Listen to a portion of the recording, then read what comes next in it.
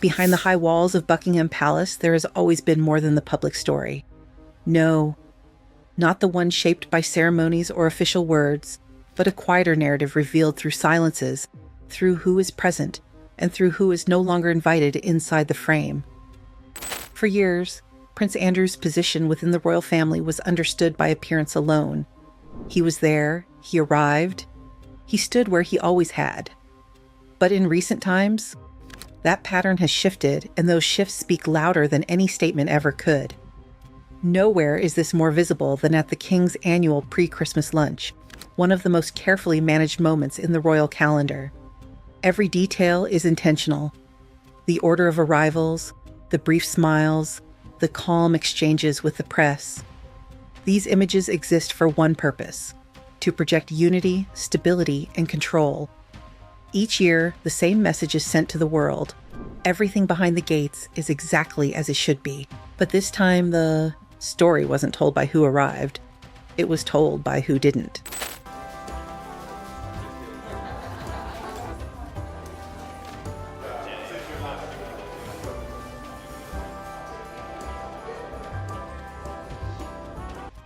This year, the ritual unfolded exactly as expected.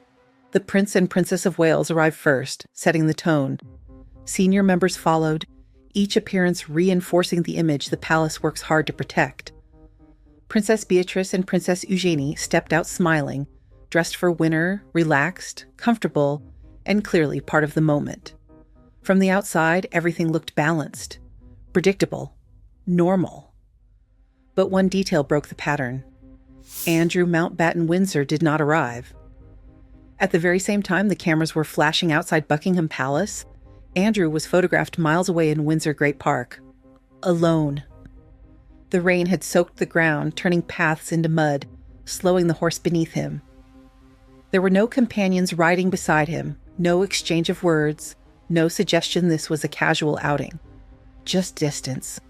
Physical and symbolic, the contrast couldn't have been sharper. Inside the palace gates, warmth, tradition, and controlled familiarity.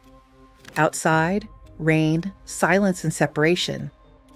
No statement was needed. The message was already visible. What made the moment impossible to ignore was timing. As Andrew rode alone through wet ground, his daughters were being photographed arriving in warm cars, smiling, welcomed, and included. Father and daughters separated not by miles, but by status. And in that split frame, the royal family said more than it ever could out loud.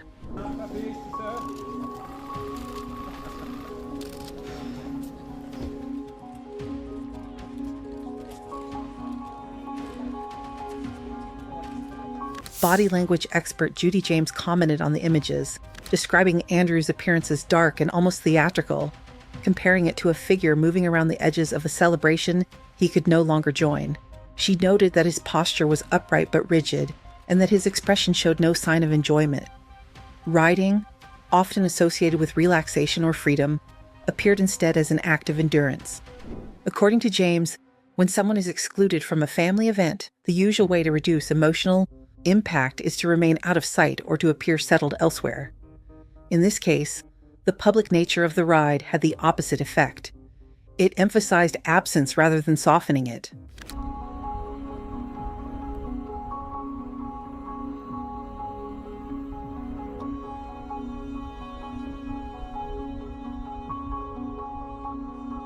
Andrew's exclusion from the King's pre-Christmas lunch itself was not unexpected. He has not attended such gatherings in recent years. Since stepping back from royal duties, losing his military titles and patronages, and facing ongoing fallout from his association with Jeffrey Epstein, his role within the royal family has steadily narrowed. King Charles has been explicit about his position. He has publicly described Andrew's actions as serious lapses of judgment and aligned himself with survivors of abuse. The message has been consistent. Andrew no longer represents the monarchy. At the same time, the royal family has drawn a careful distinction. Andrew's daughters remain included. Princess Beatrice and Princess Eugenie continue to receive invitations to major family events. They attend when they choose. They are photographed, welcomed, and treated as part of the wider royal circle. This separation between father and daughters has been maintained deliberately. This approach is not new. In previous years, Andrew and his former wife were absent from Christmas gatherings, while their daughters attended. This year confirmed that the arrangement is settled rather than temporary. The monarchy has made clear where the boundary lies. Drop a like if you love a bit of royal drama, and subscribe so you don't miss the next tea spill, and share it before your group chat hears it first.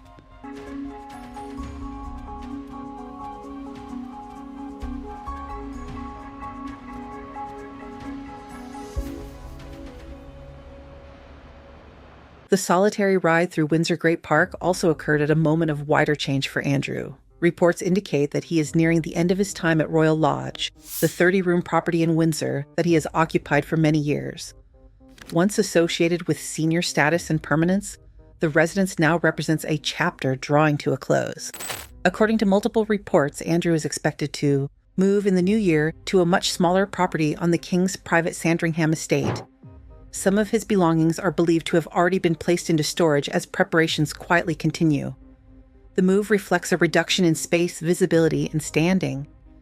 This gradual withdrawal mirrors accounts given by former palace staff over many years. Long before public scandal dominated headlines, individuals who worked behind palace doors described a pattern of behavior that rarely reached public view. One former maid, Charlotte Briggs, later spoke about her experiences working inside Buckingham Palace during Andrew's most controversial years. While her position appeared prestigious from the outside, she described it as emotionally exhausting. She recalled entering Andrew's bedroom each morning, uncertain which small detail might provoke anger. One incident remained particularly clear in her memory. After drawing the bedroom curtains as instructed, she was confronted the next, mourning over a tiny gap between them. According to her account, Andrew berated her in front of other staff members until she was left in tears. The flaw, she said, was barely visible.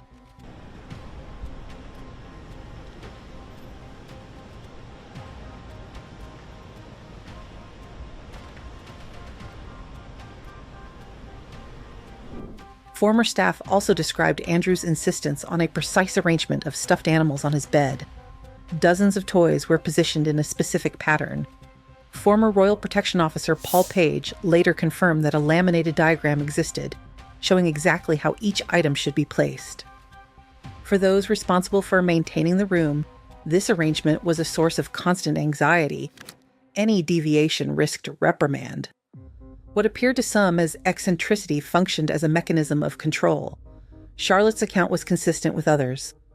Former royal chef Dan Otway stated that Andrew was the most difficult and demanding royal he served. While other members of the family showed courtesy or gratitude, Andrew was remembered for criticism and entitlement. Paul Page described Andrew as arrogant and rude, recalling encounters marked by condescension.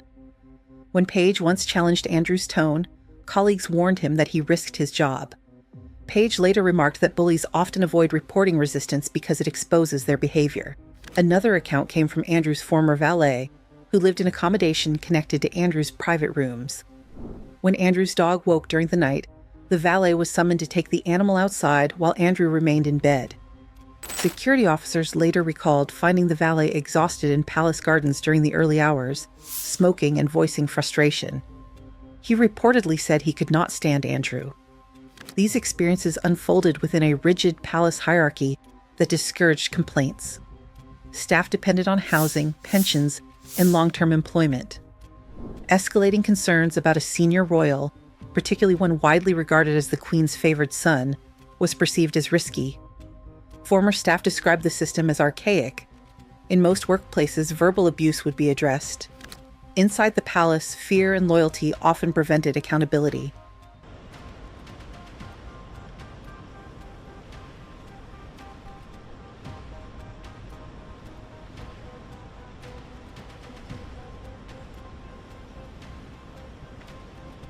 Patterns of behavior were noted even earlier. Biographers and former staff have described boundary-pushing conduct during Andrew's childhood that was managed quietly rather than corrected. Former partners later echoed similar observations. Actress Vicky Hodge described him as self-absorbed and immature in the early 1980s. Susanna Constantine later referred to entitlement and frequent outbursts. At the time, such accounts were often dismissed. When allegations related to Jeffrey Epstein emerged, These earlier accounts took on new significance. Andrew's friendship with Epstein reinforced perceptions of a man who believed himself exempt from normal rules. Andrew has consistently denied wrongdoing. His 2019 television interview raised further questions rather than resolving them. In 2022, he settled a civil lawsuit brought by Virginia Giuffre without admitting liability, reportedly for a substantial sum. The settlement avoided public testimony but did little to repair public trust. That same year, Queen Elizabeth II removed Andrew's military titles and royal patronages, and he lost the right to use his HRH style in any official capacity. The decision marked a decisive break. For former staff, the moment felt like delayed recognition. Experiences long dismissed or minimized were finally reflected in institutional consequences. Today, Andrew remains physically close to royal spaces but symbolically distant. He rides through familiar parks and lives near long-held estates, yet remains outside the public life of the monarchy. The photographs from the rain-soaked ride captured more than a single afternoon. They reflected a long transition from centrality to exclusion, a figure once prominent now moving at the margins. Whether the ride was intentional or coincidental is ultimately secondary.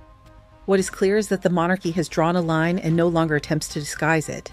As Christmas approaches at Sandringham, the family gathers and traditions continue. Andrew remains outside the frame. The silence surrounding him now speaks for itself.